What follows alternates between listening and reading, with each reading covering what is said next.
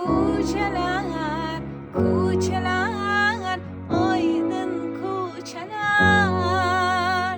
Buncha ham go'zalsiz, haydin ko'chalar.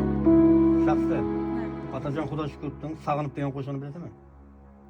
Eshitib ko'rganman, lekin aytib ko'rmaganman. Unda shu qo'shiqda bor, hozir jonli ijroda obunachilar uchun kuylab berasan. Hop.